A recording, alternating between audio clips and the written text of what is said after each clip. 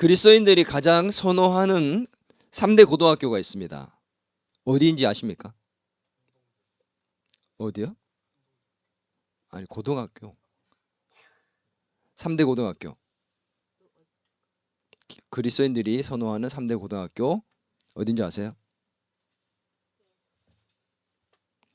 믿고, 기다리고, 기도하고입니다. 미안합니다. 예. 그러면 그리스도인들이 가장 싫어하는 3대 고등학교는 어딜까요? 걱정하고, 낙심하고, 포기하고입니다. 예, 웃고자 한 얘기인데 실제로 많은 그리스도인들이 낙심하고, 걱정하고, 기도를 포기하고 살아가고 있는 경우가 많습니다. 저는 우리 더 기쁨의 교회 성도들 그리고 온라인으로 이 말씀을 듣고 있는 모든 성도님들이 믿고 기다리고 끝까지 기도할 수 있는 그런 하나님의 자녀들이 다 되었으면 좋겠습니다. 아멘. 낙심하지 않고 또 포기하지 않으면서 믿음으로 끝까지 계속 기도하려면 어떻게 하면 될까요? 오늘 이 말씀 속에 그 비밀이 담겨져 있습니다. 예수님께서는 누가복음 17장에서 종말에 대한 종말에 대한 말씀을 제자들에게 하셨습니다. 그리고 난 다음에 18장으로 들어오면서 18장에서 제자들에게 항상 기도하고 낙심하지 말 것에 대한 비유의 말씀을 해 주셨습니다. 자, 한번 볼까요? 누가복음 18장 1절을 같이 한번 읽겠습니다. 같이 읽습니다. 시작. 예수께서 그들에게 항상 기도하고 낙심하지 말아야 할 것을 비유로 말씀하여, 그들은 제자들입니다. 제자들에게 항상 기도하고 낙심하지 말아야 할 것에 대해서 비유로 말씀하셨다. 오늘의 그 본문의 핵심이 그럼 뭐라는 겁니까? 항상 기도하고 낙심하지 말라. 이게 이제 오늘 말씀의 핵심이라는 거죠. 항상 기도하라. 항상은 언제 기도하는 거죠? 항상이라는 게 24시간 내내 기도하라는 거. 그렇게 할 수 있나요? 그렇게 할 수 없죠. 항상 기도하라는 것은 수시로 기도하라는 거. 항상 기도하라는 것은 시간적인 개념이기보다 오히려 어떤 일이든 무엇이든 하나님께 기도하라는 의미로 보는 것이 맞습니다. 예수님께서 습관을 따라 아무리 바쁘고 아무리 피곤해도 습관을 따라 감람산으로 올라가셔서 기도하셨죠. 항상 기도하셨죠. 그렇게 우리가 우리의 삶이 매일 기도의 삶으로 이어지라는 것이 바로 항상 기도하라는 거죠. 여러분 항상 기도하고 있습니까? 매일의 삶의 기도를 하고 있습니까? 여러분 기도의 삶을 얼마나 살고 있죠? 한번 내가 사는 기도의 삶을 한번 돌아보세요. 그리스도인이라고 하면서 기도하고 있는 삶이 얼마나 되고 있는지, 식사 기도할 때 잠깐, 그리고 주일날 예배 드릴 때 기도하는 것 이외에 기도 안 하는 사람들이 참 많이 있습니다. 그리스도인임에도 불구하고 기껏 기도한다는 것이 잠깐 기도하는 5분 10분, 하루 24시간 중에서 내가 기도하는 시간이 도대체 얼마나 되는가? 기도하는 시간은 세상의 모든 소리를 끊고 예수 그리스도 앞에, 하나님 앞에 나와서 예수님과 교제하며 그분의 음성을 듣고 그분께 우리의 마음을 아뢰이며 우리가 하나님의 뜻에 우리의 삶의 뜻을 맞춰가는 시간이거든요. 매일 여러분 그런 삶을 살아가고 있냐는 거죠. 바쁘게 살다가 그냥 자기 전에 잠깐 내가 원하는 거 하나님께 잔뜩 이거 바라는 것만 잔뜩 얘기하고 주일날 와서 또 기도 시간에 기도하는 정도? 그렇게 살고 있다면 우리가 항상 기도하는 삶인가? 항상 기도하라고 말씀하시면서 동시에 하신 말씀이 있죠. 낙심하지 말라라고 했습니다. 낙심이라는 단어는 낙심, 떨어질 낙, 마음심, 마음이 떨어지다는 거예요. 다른 말로 쉽게 얘기하면 마음이 꺾이다. 마음이 꺾여버렸다. 항상 기도하라고 한 후에 왜 낙심하지 말라는 말을 같이 하셨을까? 기도하는데도 기도하는 사람도 낙심하는 일이 많았기 때문입니다. 예수님께서는 그걸 너무 잘 아셨기 때문에 이 말씀을 하셨는데 기도하는데 왜 낙심할까요? 여러분, 기도하면 낙심을 해야 되는 게 정상이에요? 하지 않는 게 정상입니까? 기도하고 있으면, 그것도 계속 기도하고 있으면, 기도하는 삶을 계속 살고 있으면 낙심하지 않는 게 정상인데 낙심하는 경우가 많다는 거죠. 왜 이럴까요? 예수님께서 그것을 아셨기 때문에 이렇게 항상 기도하라고 하시면서도 낙심하지 말라고 말씀하셨는데 왜 기도하는데도 불구하고 우리는 낙심하게 되는 걸까? 왜 그럴까요? 기도한 것이 내가 원하는 대로 응답되지 않기 때문에 그래요. 내가 원하는 시기에, 내가 원하는 방법으로, 내가 원하는 방향대로 응답되지 않기 때문에 우리는 낙심합니다. 기도했는데도 불구하고 하나님이 침묵하시는 것 같고 내 기도를 들어주지 않는 것처럼 여겨지기 때문에 낙심이 되는 겁니다. 마음이 꺾이는 거예요. 기도를 많이 하면 많이 할수록 낙심이 클까요? 적을까요? 기도를 많이 하면 많이 한 만큼 낙심도 커지더라고요. 20일 금식 기도를 한 우리 우PD 20일 금식 기도를 했는데, 아니 나중에 누군가 40일 금식 기도를 했는데 목적을 놓고 기도 열심히 했는데 안 된다, 응답이 없다. 특별 새벽 기도를 하고 40일 작정 기도를 하고 1000번째 기도를 하고 다니엘 기도회를 하고 우리 교회에 뭐가 있어요? 37 기도를 하고 그렇게 기도를 하면서 이번에 기도하면은 응답 이거 받겠지, 이 기도는 반드시 응답 받겠지 목적을 놓고 특별 기도하면서 금식도 함께 하면서 그렇게 했는데, 열심히 성경 보고 더 큐티 열심히 하고 했는데 37 기도 끝났는데도, 특별 새벽 기도 끝났는데도 응답이 없으면 낙심이 커질까요? 안 커질까요? 낙심이 커져요. 기도했는데 왜 안 되지? 오히려 막 두려워지기 시작합니다. 기도하면서도 안 되면 어떡할까? 병은 여전히 낫지 않고 호전도 없습니다. 아무리 기도해도 돈 문제가 해결되지 않아요. 가난의 굴레에서 벗어나지 못합니다. 아무리 기도해도 사람과의 관계가 회복되지 않습니다. 나를 힘들게 하는 사람은 변화되지 않고 사랑할 수도 이해할 수도 용서할 수도 없는 상황. 아무리 기도해도 잘 안 되는 거예요. 그래서 기도한 만큼 낙심하게 되는 거죠. 그래서 한편에 이렇게 생각합니다. 하나님의 뜻이 있겠지. 그렇게 생각하고 말하면서도 내 마음 한편은 하나님에 대한 서운함, 섭섭함, 낙심되는 마음, 꺾이는 마음이 있더라는 거예요. 그래요, 안 그래요? 그게 솔직한 마음이죠. 저도 그래요. 목사이지만 제가 열심히 기도하면서도 이런 마음이 듭니다. 내가 이렇게 우리 37 기도하고 40일 작정 기도했는데 우리가 기도한 것들의 기도 제목이 응답이 없으면 어떡하지?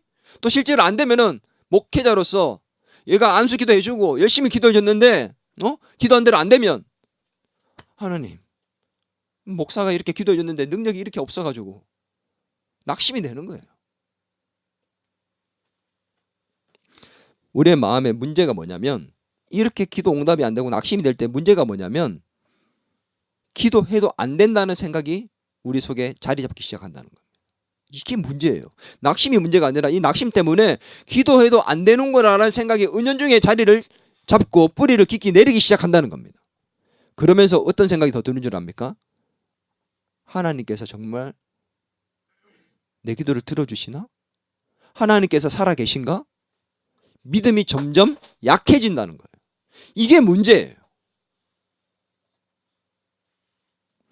이런 우리의 연약함을 너무 잘 아셨기 때문에 예수님께서 항상 기도하라, 그리고 낙심하지 말라라는 말을 함께 붙이셨던 겁니다.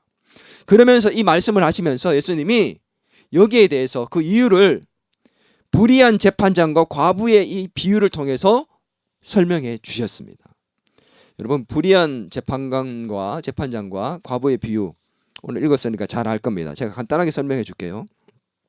어떤 한 과부가 있었습니다. 자신에게 억울한 원한이 있었는데 이 원한을 풀기 위해서 재판장을 찾아갔어요. 근데 이 재판장은 불의한 재판장이었습니다.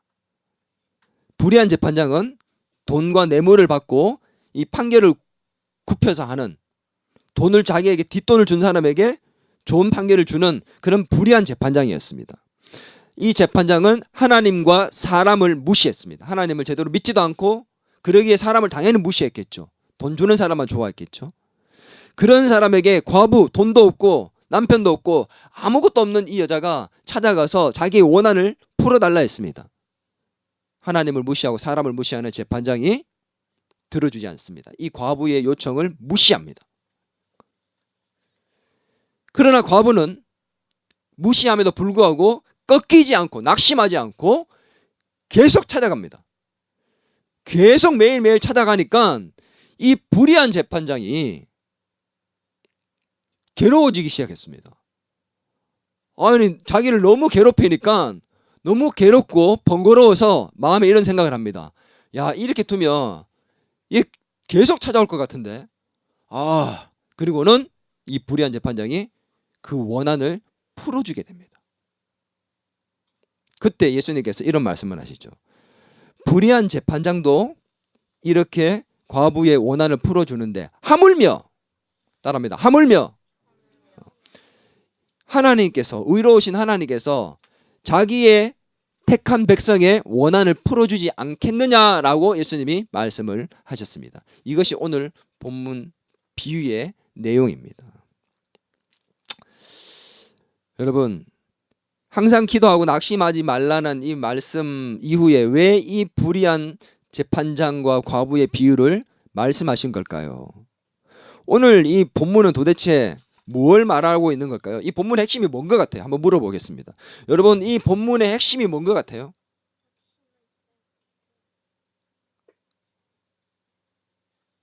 뭐로 알고 있습니까? 열심히 기도하면 하나님이 들어주신다. 끈질기게 기도하면 하나님이 들어주신다. 그렇게 알고 있습니다, 보통. 맞아요? 과부처럼 끈질기게 기도하면 귀찮아서라도 들어주신다. 맞습니까? 우리 이 본문을 그렇게 표면적으로 보이는 대로 그렇게 해석하면 안 돼요. 우리 그러면 무슨 문제가 발생하냐면 우리 하나님이 불의한 재판장하고 똑같아집니다. 하나님은 불의한 재판장이 아니에요. 우리가 하나님의 뜻에 맞지 않는데도 불구하고 끝까지 때를 쓰듯이 끈질기게 기도하면 하나님이 아이고 이놈 봐라. 알았다, 들어줄게. 알았어, 들어줄게. 그리고는 하나님이 어쩔 수 없이 그냥 들어주는 그런 상황이 만들어져 버리는 거예요. 그렇지 않다는 거예요. 하나님은 불의한 재판장도 아니신 뿐더러 우리가 끈질기게 그렇게 떼쓰듯 기도하면 하나님이 반드시 들어주신다는 그런 내용도 아니라는 거죠. 이 내용은. 그럼 도대체 이 비유는 도대체 무엇을 말하는 것일까? 왜 예수님께서는 항상 기도하고 낙심하지 말라는 그 말씀 이후에 이 비유를 말씀하신 걸까? 그것은 우리가 채은이가 얘기한 것처럼 바로 첫 절에서 말씀하신 것처럼 항상 기도하고 낙심하지 말아야 된다는 것을 이 비유를 통해서 보여주고 싶었던 거죠. 떼쓰듯 기도해라. 그러면 들어주신다. 재판장도 들어줬는데 하나님도 들어주신다. 이런 내용이 아니라는 거죠.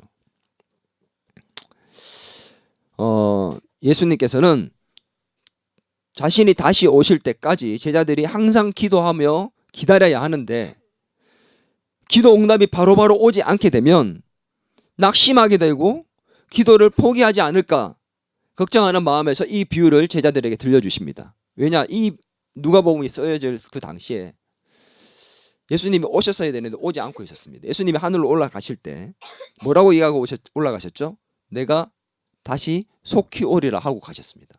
그래서 제자들과 예수님 따랐던 무리들은 로마의 핍박과 많은 핍박 박해 속에서도 견디고 참아냈습니다. 그런데 예수님이 1년이 지나도 오지 않고 속히 온다 했는데 한 달이면 올 줄 알았는데 10년이 지나도 오지 않고 30년이 지나도 오지 않습니다.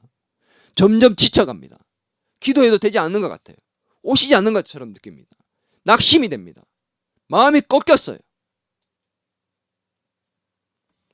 예수님은 미리 그것을 아시고 내가 올 때까지 이들이 계속 기도의 삶을 이어가야 되는데 낙심하고 기도를 포기하면 어떡하지? 라는 마음을 갖고 오늘 마지막 때까지 낙심하지 말고 항상 기도하라고 말씀하시기 위해서 오늘 이 비유를 말씀하셨다는 거죠.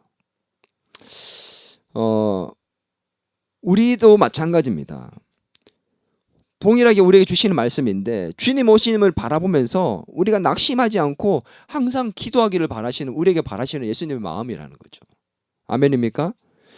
우리에게 기도 응답이 늦어져도, 내가 원하는 대로 응답이 되지 않아도 마음이 꺾이고 낙심해서 기도를 포기하는 것이 아니라 우리 주님 오실 때까지, 내가 주님 나라 가는 그날까지 마음이 꺾이지 아니하고 끝까지 기도하는 사람이 되어야 된다는 것입니다.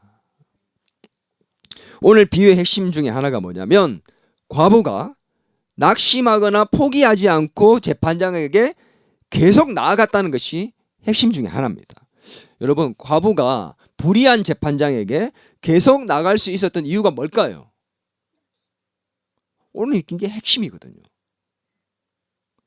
과부가 보여준 믿음이 있습니다. 과부가 재판장에게 불의한 줄 알면서도 끝까지 계속 나갈 수 있었던 이유가 뭘까? 누가복음 18장 2절에서 3절 같이 한번 읽어보겠습니다. 같이 읽겠습니다. 시작. 사람을 무시하는 한 재판장이 있는데 그 도시에 한 과부가 있어 자주 그에게 가서 내 원수에 대한 나의 원한을 풀어주소서 하되. 당시 과부는 사회 약자였죠. 남편이 죽고 생계 유지를 하기 위해서 일을 할 수가 없었습니다. 누가 도와줘야지만 살 수 있었어요. 그런데 본문의 과부는 남편이 없을 뿐만 아니라 주변에 도와줄 아무런 사람도 없었습니다. 어떻게 알 수 있느냐? 재판장 앞에 나간 게 누구예요 지금? 과부죠. 당시에는 재판을 하러 나갈 때 소송에서 여자는 나가지 않았습니다. 남자가 나갑니다. 근데 오늘 과부가 나갔다는 것은 주변의 친척들 중에도 아무도 자기를 도와줄 만한 남자가 없었다는 거예요. 그래서 이 여자는 도와줄 사람이 아무도 없었습니다. 혼자 외로운 삶을 살고 있었습니다. 또한 스스로의 힘으로는 아무것도 할 수가 없었어요. 그래서 재판장에게 가서 자기가 할 수 있는 것은 오로지 재판장에게 도움을 요청하는 것밖에 할 수가 없었습니다. 오늘 이 과부의 모습, 바로 저와 여러분의 모습 아닙니까? 늘 약자의 위치에 있는 것처럼 보이고 억울한 일을 당하고 나를 도와주거나 함께 해줄 사람이 없는 것 같고, 나를 이해해주는 사람이 없는 것 같고, 내 마음을 헤아려주는 사람이 없는 것 같고, 나 혼자인 것 같고, 외롭고, 스스로 힘으로는 아무것도 할 수 없는 것처럼 무능하게 여겨지고, 내가 할 수 있는 것은 하나님께 나아가 기도하는 것밖에 없는 것, 그래서 더 무능하게 느껴지는, 그게 최고인데,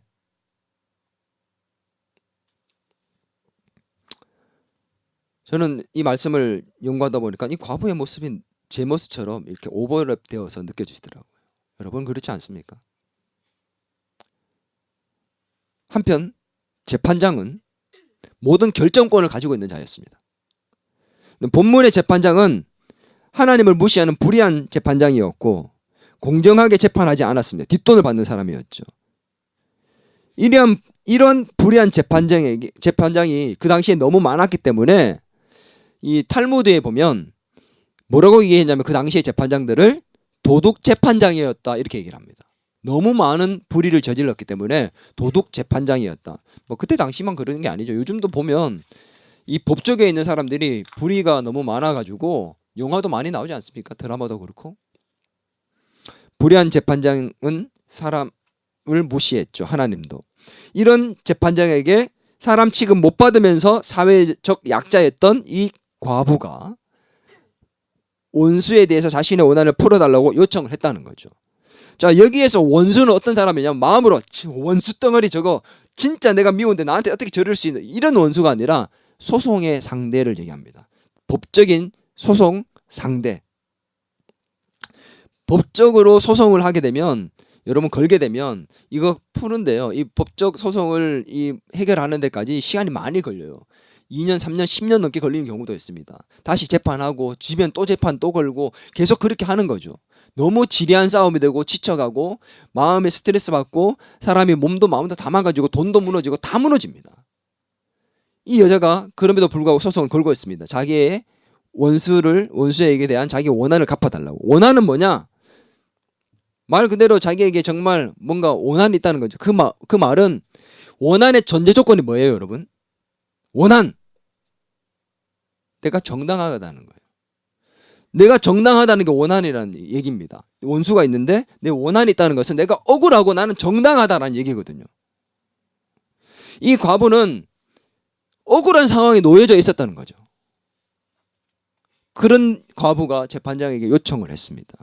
본문의 상황을 쉽게 설명하면 자기를 도와줄 사람이 전혀 없는 이 과부가 억울한 일을 당해서 재판을 걸었고 그 재판장은 불의한 사람이었기 때문에 과부의 요청을 들어주지 않았다라는 것입니다. 근데 어떻게 이런 과부가 이런 재판장인 줄 알면서도 계속해서 요청을 할 수 있었을까? 왜 재판장에게 계속 찾아갔을까요? 여러분 왜 찾아갔을까요? 그거 알면서도. 도둑 재판장, 불의한 재판장인지 알면서도 왜 찾아갔을까요? 이 여자가 찾아간 이유는 한 가지입니다. 자기의 이 억울한 원한을 풀어줄 수 있는 사람이 이 재판장밖에 없기 때문입니다. 이 재판장만이 자기의 문제를 해결해 줄 수 있는 거예요. 이 사람이 불의하지만 자기의 문제를 해결할 수 있는 건 이 재판장밖에 없기 때문이에요. 그래서 재판장에게 나아간 것입니다. 여러분, 내 문제를 해결해 줄 수 있는 분이 누구인지를 분명히 알면 낙심하지 않고 마음이 꺾이지 않고 계속 갈 수 있습니다. 뭔 말인지 알겠어요? 불의했어요. 근데 불의하든 안 하든 상관없이 이 재판장만이 나의 문제를 해결할 수 있기 때문에 계속 나가야 되는 거예요. 여러분, 내 문제를 해결할 수 있는 게 재판장이 아니라 다른 사람이 또 누군가 있으면 그 사람 찾아가겠죠. 그게 우리 모습 아닙니까? 하나님 아닌 다른 것들로 대체할 수 있다고 생각하기 때문에 이 사람도 기웃, 저것도 기웃, 이 방법도 찾아보고 저 방법도 찾아보는 겁니다. 하나님이 대체 불가가 돼야 된다고 제가 예전에 설교 한번 했죠. 여러분, 나의 문제를 해결할 수 있는 건 오직 하나님밖에 없다고 믿어야 합니다. 그래야 우리가 마음이 꺾이지 않고 하나님께 끝까지 나갈 수 있는 겁니다.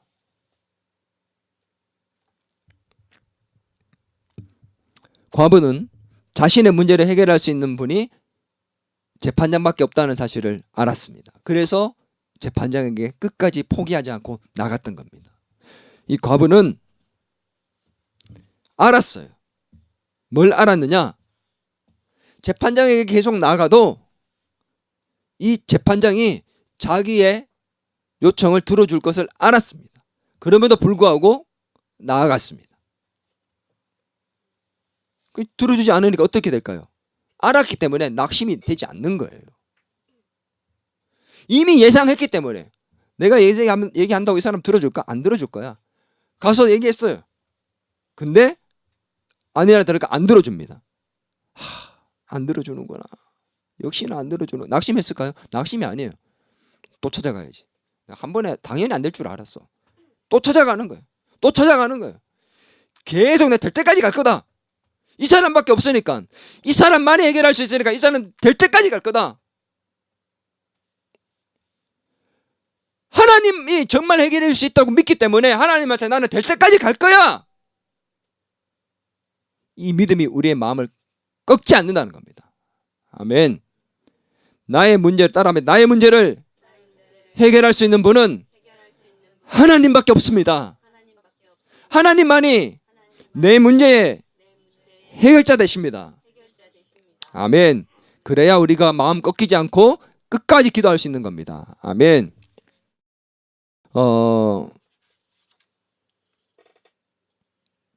동시에 이 재판장에게 요청을 했지만 과부의 요청을 들어주지 않았잖아요. 그때 어떻게 해서 또 나갈 수 있었느냐? 과부는 믿음이 있었다고 했죠. 끝까지 나가면 내가 이 사람이 들어줄 거라는 믿음이 있었다고 했잖아요.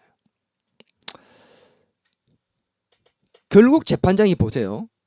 괴로워하면서 과부의 원한을 풀어줬다고 나오죠. 한번 볼까요? 18장 5절입니다. 같이 한번 읽어보겠습니다. 18장 5절 시작. 이 과부가 나를 번거롭게 하니 내가 그 원한을 풀어주리라. 그렇지 않으면 늘 와서 나를 괴롭게 하리라 하였느니라. 재판장이 과부의 원한을 풀어준 이유가 뭡니까? 과부가 하는 얘기를 들어보니까 야, 참 힘들었겠구나. 그랬구나. 요즘 많이 하잖아요. 그랬었구나. 얼마나 많이 힘들었니 혼자. 네 얘기를 들어보니까 그놈 참 나쁜 놈이네. 내가 해결해 줄게. 그 정당함을 갖고 해결해 준 게 아니에요. 나를 찾아와서 번거롭게 하니까 너무 괴로우니까 지금 풀어줬다고 했잖아요. 여기에서 번거롭게 하다라는 말이 어떤 말이냐면 원어로 보면 번거롭게 하다는 것이 귀찮게 하다 이런 뜻이 아니에요. 권투 용어입니다. 권투에서 이렇게 딱 권투 선수가 눈밑을 탁 칩니다. 여러분 눈밑을 한번 맞아본 적이 있습니까? 제가 초등학교 때 씨름판에서 친구랑 권투하는 것을 이렇게 게임을 한 적이 있어요. 그래서 이제 친구랑 장갑도 안 끼고 그냥 살짝 권투를 했단 말이에요. 근데 이 친구가 정말 약 올리듯이 저에게 약 올리듯이 제 눈만 자꾸 이렇게 톡톡 치는 거예요. 그러니까 눈을 치니까 눈이 자꾸 번개가 번쩍번쩍하면서 앞이 까매지는 거예요. 안 보여. 그래서 자꾸 오른쪽 왼쪽 자꾸 이렇게 번갈아가면서 톡톡 치니까 눈이 두 쪽 다 그냥 별만 보이고 깜깜해지면서 아무것도 보이지 않는 겁니다. 권투 선수들이 실제로 눈밑을 친다고 합니다. 그래서 권투 선수가 쓰는 이 용어 눈밑, 요즘 말로 쉽게 얘기하면 눈탱이를 치는 거죠. 자꾸 눈탱이를 치니까 과부가 와서 나의 눈탱이를 자꾸 치니까 내가 지쳐서 쓰러져 어떻게 될 것 같다라고 얘기하는 것이 나를 괴롭게 한다는 그 표현이거든요. 그만큼 이 과부가 이 재판장을 힘들게 했던 것이죠. 근데 하나님과 사람을 무시하는 불의한 재판장도 자신에게 이득을 뒷돈을 줄 수 없는 이 과부, 무시해도 상관없는 이 과부의 원한을 풀어줬는데, 하물며라는 말은 대조거든. 대조. 누구예요? 재판장, 불의한 재판장. 그의 대조가 누굽니까? 의로우신 하나님. 과부의 그 대조는 누굽니까? 바로 하나님의 백성이거든요. 하물며 의로우신 하나님이 우리의 기도를 들어주시고 응답해 주시는 하나님은, 과부를 무시했던 그도 들어줬는데 우리의 기도를 들으시고 응답하신 하나님은 당연히 들어주지 않겠냐는 겁니다. 누구의? 자기의 백성의, 과부가 아닌 자기의 백성의 기도인데 당연히 들어주지 않겠냐는 겁니다. 이게 무슨 말이에요? 하나님은 우리의 기도를 외면치 않고 반드시 응답한다는 것입니다. 이게 오늘 본문의 핵심 내용이에요. 끈질기게 기도하면, 때를 쓰듯 기도하면 들어주신다. 그래서 열심히 기도하라. 이게 아니라 그렇게 낙심하지 않고 기도해야 되는 이유가 뭐냐? 하나님은 의로우시기 때문에 우리의 기도를 들으시고 무시하지 않고 자기 백성의 기도에 반드시 응답하신다. 그러니 너희는 항상 낙심하지 말고 기도하라 라는 것입니다. 너희들 지금 내가 늦게 오니까 지쳤지, 제자들아. 그러나 꺾이지 마라. 하나님이 너희의 기도를 반드시 들어주시고 내가 언젠가는 올 것이다. 언젠가는 반드시 올 것이다. 속히 들어주신다. 이 말에 속히가 뭔 줄 아세요? 속히? 속히라는 말이 빨리라는 말로 해석하면 안 돼요. 이 말의 뜻이 뭐냐면 불현듯, 갑자기, 생각지 못했을 때에, 너희가 생각하지 못했을 때 불현듯 너의 기도에 응답할 것이다. 아멘.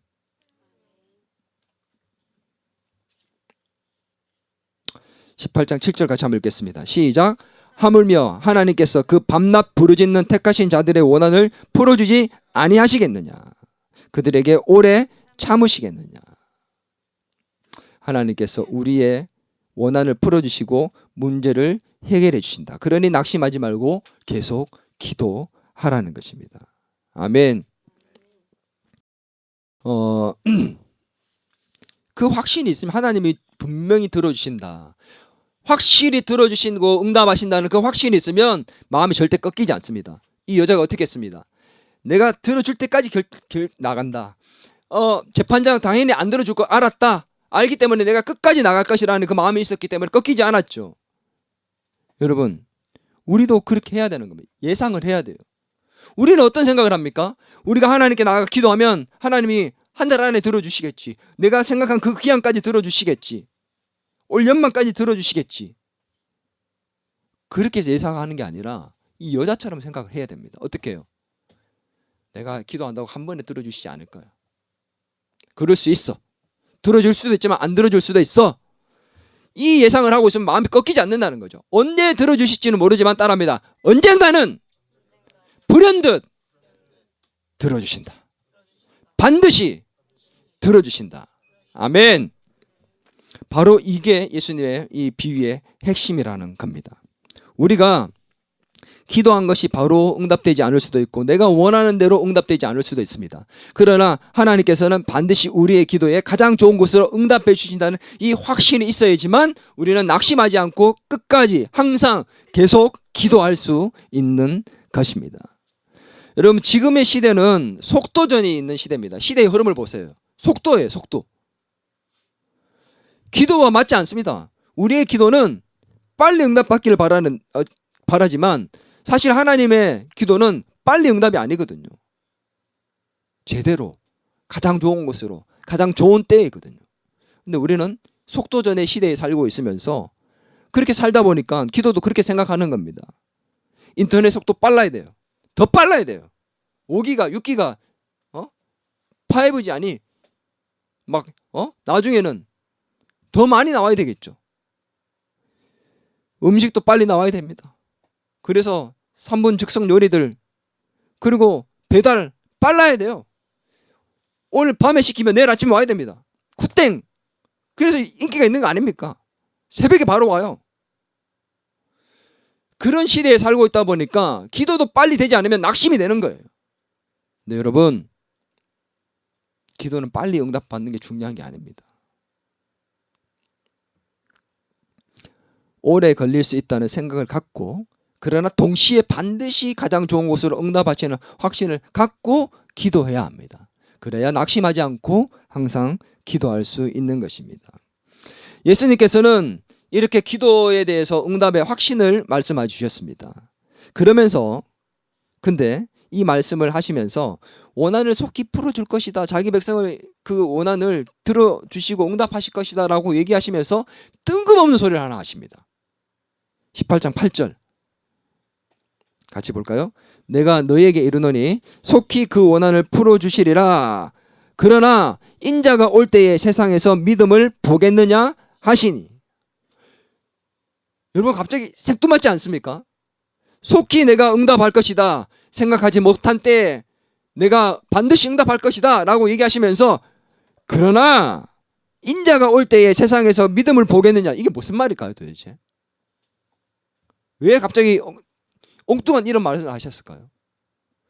그러나 인자가 올 때에 이게 뭐 맞는 것 같아요 지금? 무슨 말일까요? 왜 이런 말을 하셨을까요?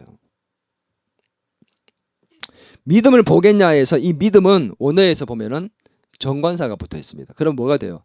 그 믿음입니다. 자, 그러면 이렇게 됩니다. 그러나 인자가 올 때 세상에서 그 믿음을 보겠느냐? 그 믿음이 뭐예요? 과부의 믿음입니다. 과부가 가졌던 믿음. 어떤 믿음이요? 낙심하거나 포기하지 않고 밤낮 부르짖어 요청했던 기도했던 그 믿음을 볼 수 있겠느냐라고 말씀하시는 겁니다. 그만큼 보기 힘든 믿음이고 귀한 믿음이라는 거예요. 내가 다시 올 때, 인자란 예수님입니다. 예수님이 다시 재림하여 오실 때에 그때까지 너희들이 어려움 속에서도 낙심하지 않고 기도하여도 너희가 원하는 대로 응답받지 않고 원하는 때에 되지 않고 기도 응답이 늦어도 낙심하지 않고 끝까지 기도의 자리를 지키고 끝까지 기도하면서 기다릴 수 있는 그 믿음, 그 과부가 보여줬던 그 믿음을 내가 볼 수 있겠느냐라고 묻는 겁니다. 그 믿음을 가지라는 겁니다.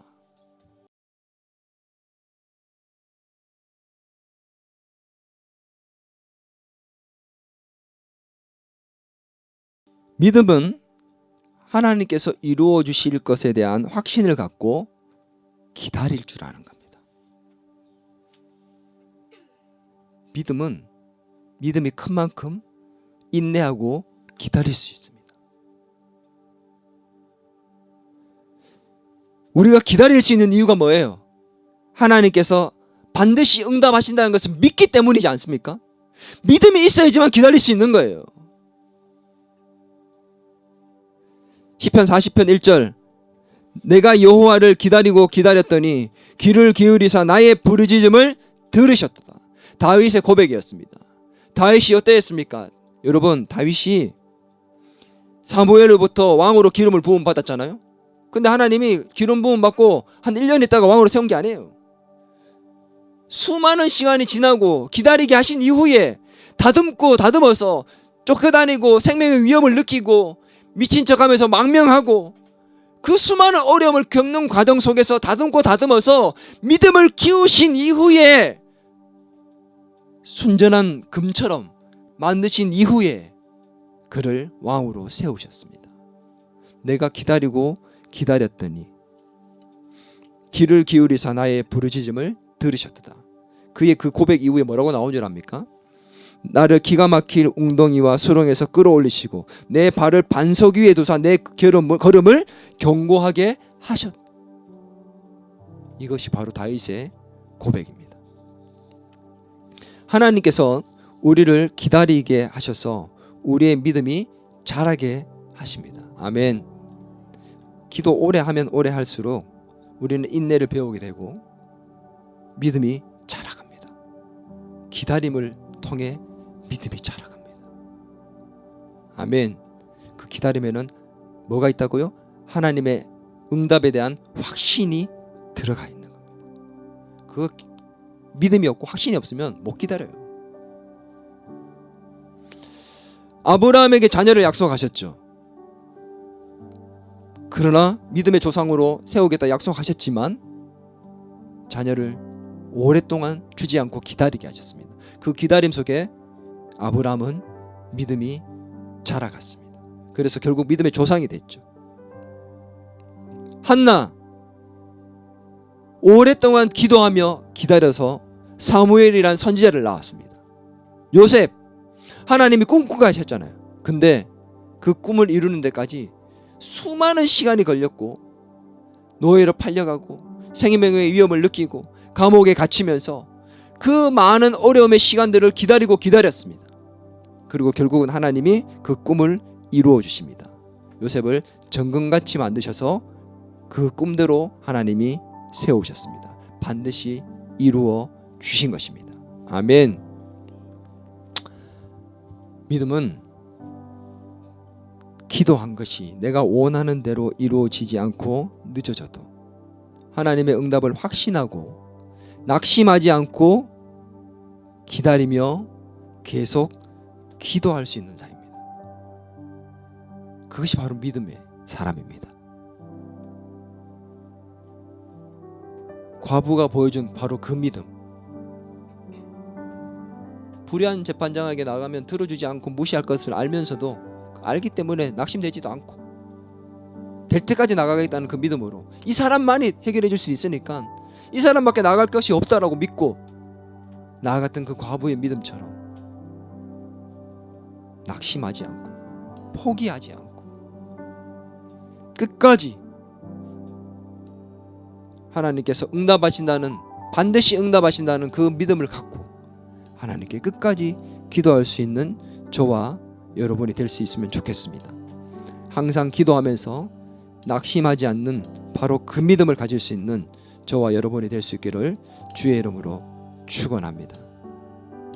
우리 같이 한번 기도했으면 좋겠습니다. 이 시간 하나님 앞에 우리가 낙심되었던 일들이 있다며 기도하다가 기도가 응답되지 않는 것 같아서 내가 원하는 대로 응답되지 않고 또 내가 원하는 시기에 되지 않고 또 응답이 너무 늦어져서 혹시나 마음이 꺾이고 낙심한 경우가 있지 않습니까?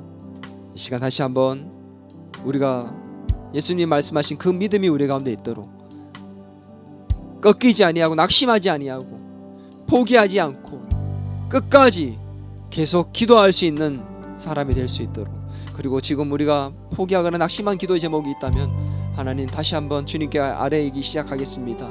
하나님 포기하지 않고 꺾이지 않고 낙심하지 않고 항상 기도하는 사람으로 이 기도의 제목을 놓고 다시 한번 기도하겠습니다. 하나님께서 응답해 주실 때까지 주님만이 해결할 수 있으니 주님께만 나아가겠습니다라고 우리 시간에 한번 기도하도록 하겠습니다. 말씀을 생각하며 같이 기도하겠습니다. 기도합니다.